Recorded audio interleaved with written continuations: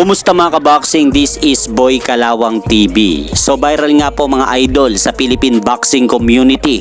Itong bangayan nila former IBF World Light Flyweight Champion Milan El Metodico Milindo at Silver Boys TV. Dahil kung matatandaan ninyo sa ating previous video, sinabi ni Milan Milindo na magpasuntok ang mga taong hindi naniniwalang kayang talunin ni John Riel Casimero si Naoya Inoue.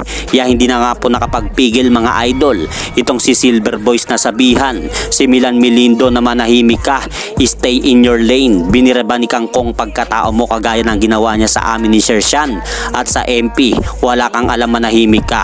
At dahil po dyan mga idol sa sinabi ni Silver Boys kay Milan Milindo, may rebat nga po si former IBF World Light Flyweight Champion Milan El Metodico Milindo patungkol sa banat sa kanya ni Silver Boys. Basahin po natin ang sinabi ni Milan Milindo.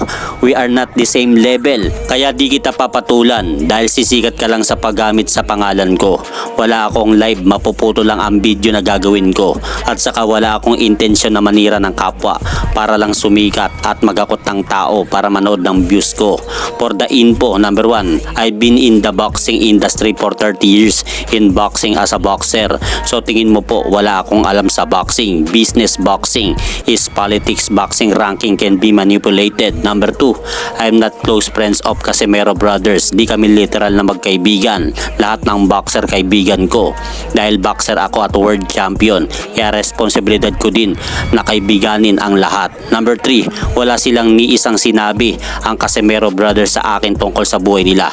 We do the sparring session once in Omega Boxing Gym and that's all. Number 4, bakit gumagamit ng ibang pangalan ng tao na di kasali? So pakiusap ko na wag nyo pag-away-awayin mga boxer tapos sasabihin nyo walang mga boxer na nag-aaway. Ano kami bulag para loko-lokohin nyo? Lalabas ba ako para i-calling attention kayo? So yun po mga idol, isa lang po yan sa mga sinabi ni Milan Milindo kay Silver Boys TV. At mahaba po yan mga idol. Kung gusto nyo nga pong basahin ang kabuuan na sinabi ni former IBF World Light Flyweight Champion Milan El Metodico Milindo, bisitahin nyo na lang po ang kanyang channel na Milan Milindo Boxing Academy. At hanggang dito na lang po muna ang aking update sa mga kaganapan sa mundo ng boxing. At syempre mga idol, huwag nyo rin pong kalimutan, pakisuportahan nyo naman po muna ang ating munting channel. Maraming salamat po.